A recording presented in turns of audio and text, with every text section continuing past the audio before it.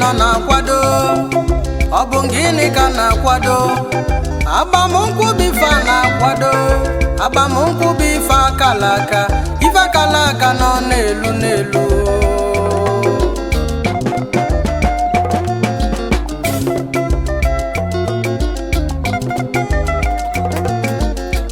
ijọ nwoke osi gị nọ na-akwado ajọ nwanyị osi gị nọ na-akwado ọ bụ gịnị ka na-akwado agbamnkwụ bụ ife a na-akwado agbamnkwụ bụ ife akalaka nọ n'elu n'elu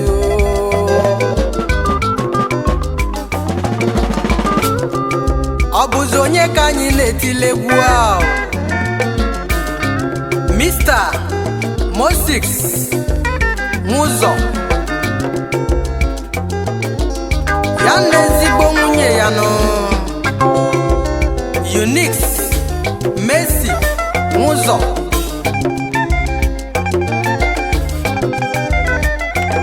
nwanyị malobi dị ya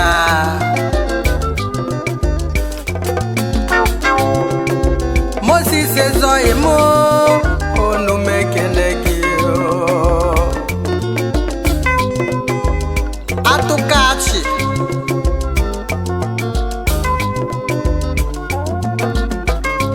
ọkwa na Shagam kunu nọ n'Ogun steeti na-achụla kalaka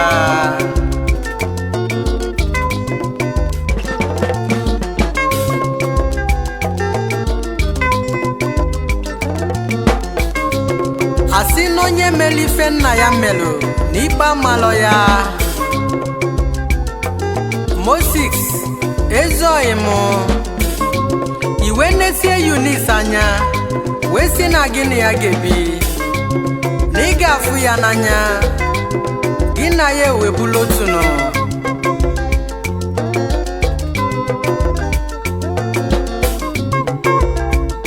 asị gị jide ka iji maka na oji nke oji na-eme ọfụma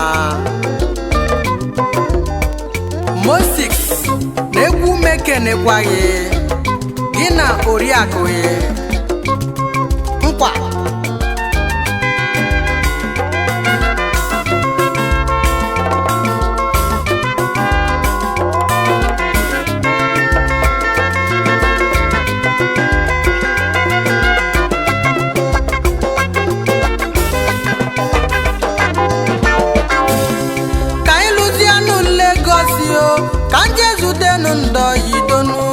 na committee of friends chairman Mazi Godwin Nwojiji Uso good morning Lagos good morning Ugwu Hausa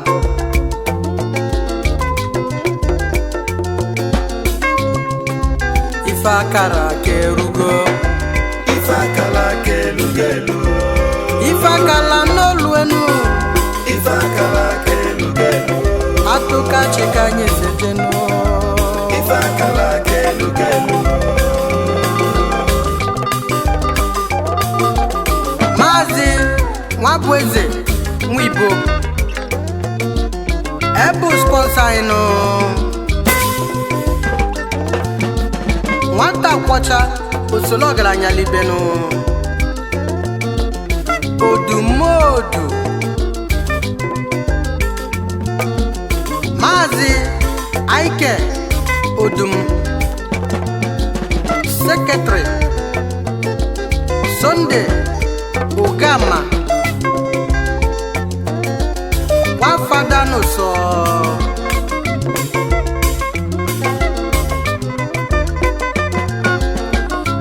Chika kan sejenu ezoghị m ka m sejenu ezoghị nedoso Prince Chika Ozum ọkpụkpọ gbudugburu na tebụl 2 Smart Sunday Nwangele Vice Chairman anyị Sir Johnson Ogbonnaya, Zion Itego, Mr. Nwegede Ikechukwu, Nwachukwu Unuzulezu,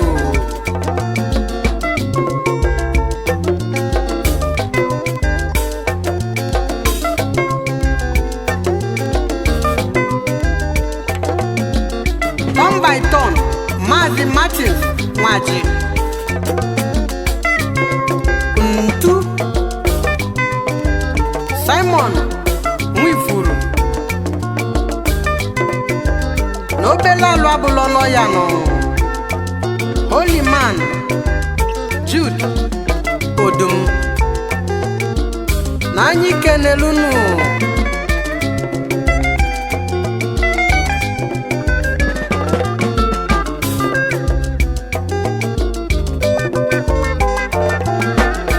ife akalaka n'oluenu, ife akalaka nọ n'elu n'elu. Lagos Abakaliki, ụgbanyị jeje bụ sam sam. Eko Brother Nwangele Tochukwu, Young Prince na Young Star Social Club of Nigeria, Nenwa Sunday Secretary, Living Saints Linus Nwangele, Silent Millionaire, Ofoke Obia Akode na nwa Obitex Nigeria Limited,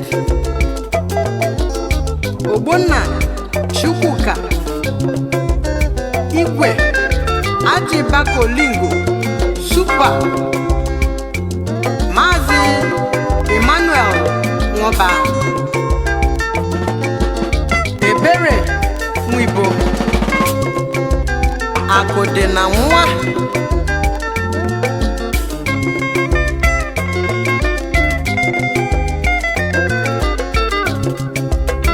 Sunshine Kanafunu, Twinkle, twinkle, little star. na Committee of Friends, Twinkle, twinkle, little star. ọnwa na-etiri ọrụ, Ọnwa na-etiri ọra. na Committee of Friends, Ọnwa na-etiri ọra. Sunshine Social Club, Ọnwa na-etiri ọra. na Committee of Friends, Ọnwa na-etiri ọra. Maazị Godwin Nwojiji, Ojembe Nwilo, Chibueze Ogbonnaya, China Quality Grade 1, Lucky Lucky, Ode Chief Sylvester Nwoba, Anakwadebe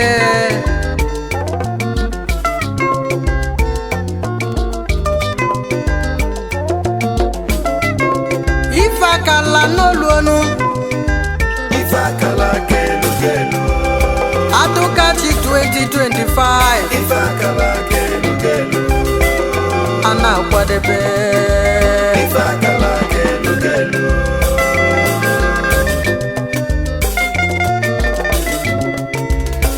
Chief Clement Abong,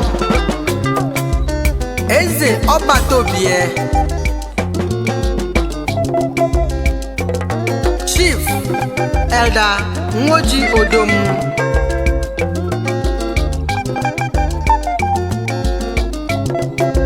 Chief Simon Nwoba Itego na Ebi, Chief Jacob Mbamu Nkenkenyi, Ezu Wele Wele, Alva Muzo 404 Osondwa Wike. Second Lieutenant Friday Oribo, member Nigeria Anti-Corruption Organization. Mazi Solomon Nwode Uche the wise man. Ifeanyi bialo kanyi nemeno Alibo kanyi sibiano Lagos kanyi no bidono Mana Shagamu kanyi nejedio.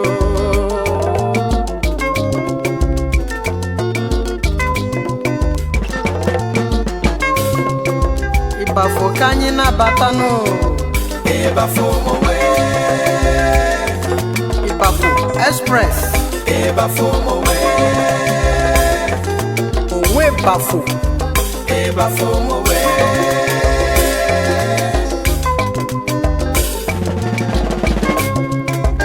Chief Ogobuchi Nwangele Obuefi Gburugburu Obuefi 1 Ebonyi People's Club Obuefi Agreement Social Club of Nigeria CO NUOU Group of Company Chief Mr. Nwangele Kingsley Eze Kendo of Ogre Kingdom, Lagos and Ogun State. Chief Lawrence Negadeno, think twice. Chief Lawrence Ozum, thinking far away. Express, think twice. Ezinna Mubilino.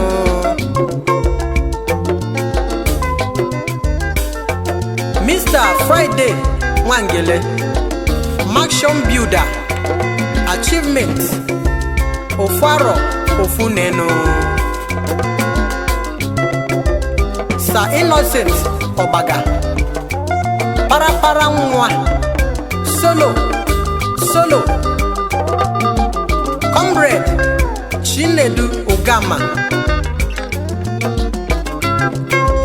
Nigerian Navy Officer, Action Mopo, Tum, Chief Gletus Ozum, Eze Nnanyelugo, Mr. Mbangu Isaac Chukwese, Mazi Thomas Nemwa, Chairman NOU Group of Company Ndolongwa,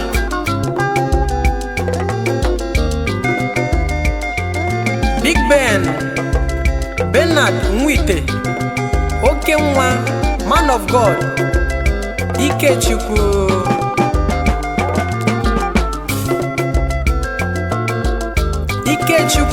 Nwegede Sapi, Moses Nwedogu,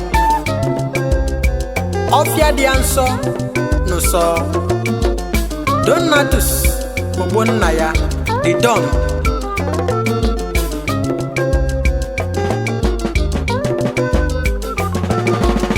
Umunne nanyi kalila kali Agubano na chigejinu Kanyi menenu wanabazi Manezienu Medis Mwede Intimidable Uche Nwaba Mburu Mbam Mbamu Chijioke na Abuja.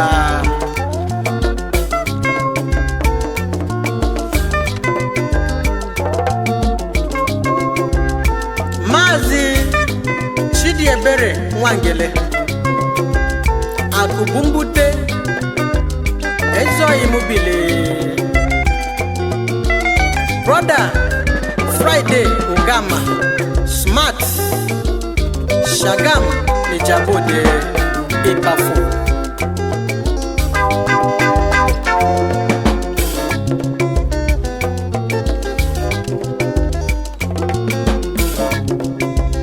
Uche Ofoke Senator Vice Chairman Ijaga Chaka Chaka Mazi Nwaji Chinedu Anakwadebe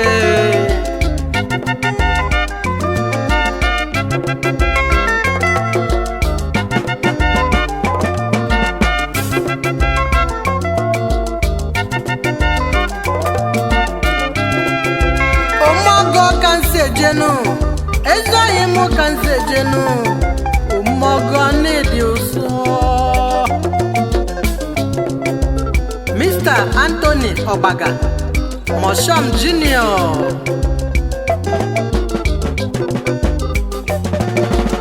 Mazi Michael Nwora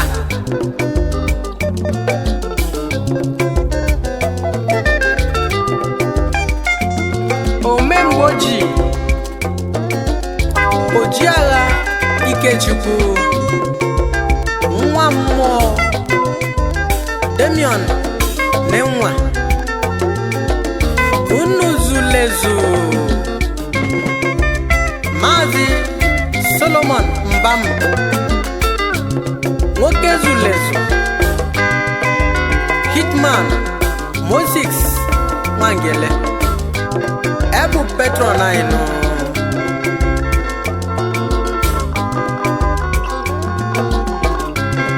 Obu Jagabano Kanafunu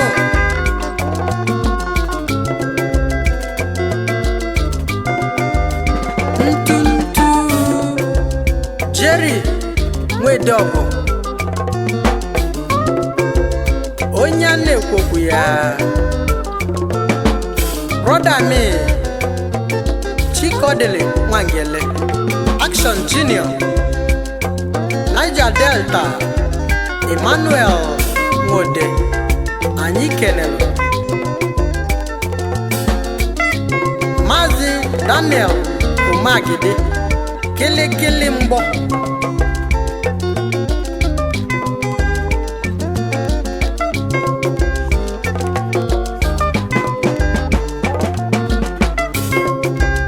Chidi Mbamu Nwogobia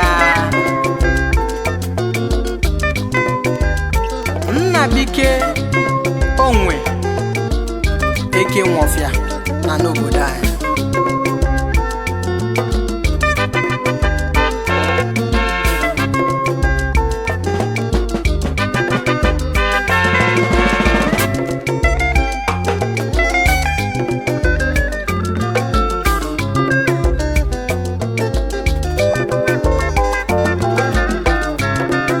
ka anyị jee n'uwefu ndị ọgọnụ maka kwarapụ ka m na-emezi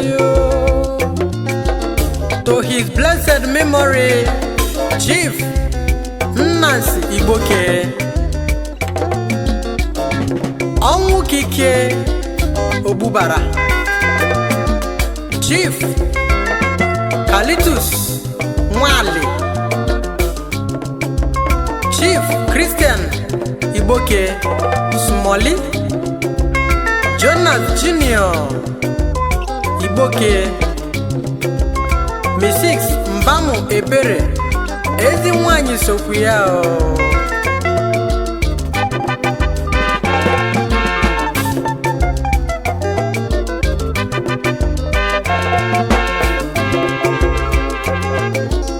Kenneth Obata Obitumo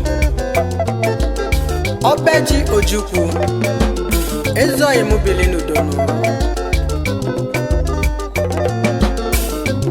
Ifa akala n'oluonu anya kwadobe anyị ejebenu ife akala gelu ife akala gelu gelu ife akala n'oluonu ife akala gelu gelu anyị je n'udo n'udo ife akala gelu gelu anyị kwadobenu anyị ejebenu ife akala gelu gelu Olisa dubanye ife akala gelu gelu anyị jese anyị anatano ife akala gelu gelu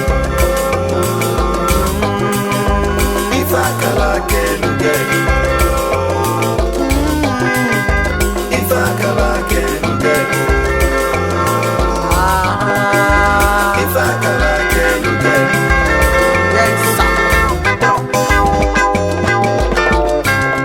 anyị wee na-ekwuzi na ọ ga-adịzi mbọsị ntanụ anyị achụzie n'uwele nchi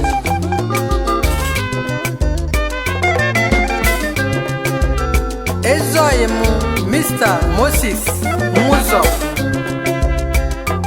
Atụkaghachi ọ ga-adịle gị mma ijebe na ị ga-ejelu ịnaba na ị ga-analụ alụike walụgoji ise